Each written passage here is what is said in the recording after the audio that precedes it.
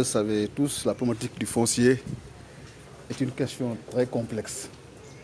Très complexe parce que une question qui aujourd'hui conditionne beaucoup de facteurs de développement. Et donc notre pays, depuis quelques années, depuis 4 ans exactement, a mis en place une plateforme donc qui est dédiée à la gestion foncière et surtout à la diffusion des traités volontaires de la FAO.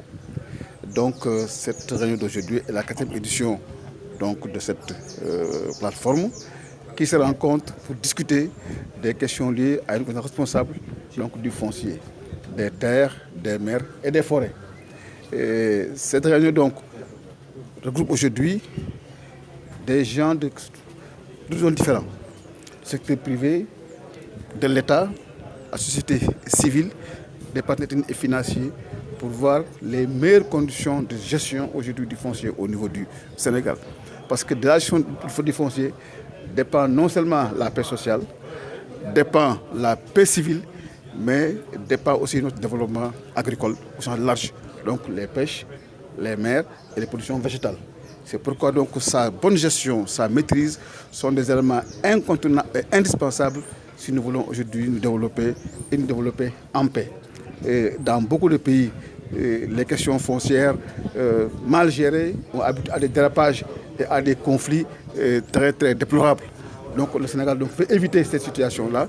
C'est pourquoi donc on a une plateforme où nous rencontrons régulièrement pour essayer de voir les enjeux du foncier, la meilleure façon de gérer le foncier et la prise d'intérêt de l'ensemble des groupes qui tournent. Bon, vous savez, au Sénégal, notre première loi foncière véritable post-indépendance date de 1964.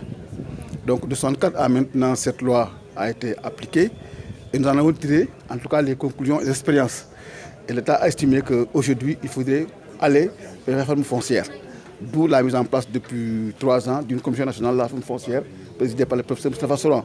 Cette commission a fini donc son travail et a déposé son document de politique foncière. Donc ce document de politique foncière s'inspire très largement des directives volontaires pour prendre en charge donc les aspects liés au foncier, les aspects liés à la gestion des droits coutumiers, les aspects liés à l'accès des femmes et des jeunes aux femmes, les aspects liés à l'accès sécurisé donc à la terre. Donc ces aspects-là sont pris en compte dans ce document de politique foncière. Et nous pensons que ce document de politique foncière, en tout cas, sera traduit en loi foncière. Donc, et cette loi foncière donc, permettra au Sénégal d'avoir une gestion apaisée, en tout cas consensuelle, de toutes les questions liées à la gestion de la terre.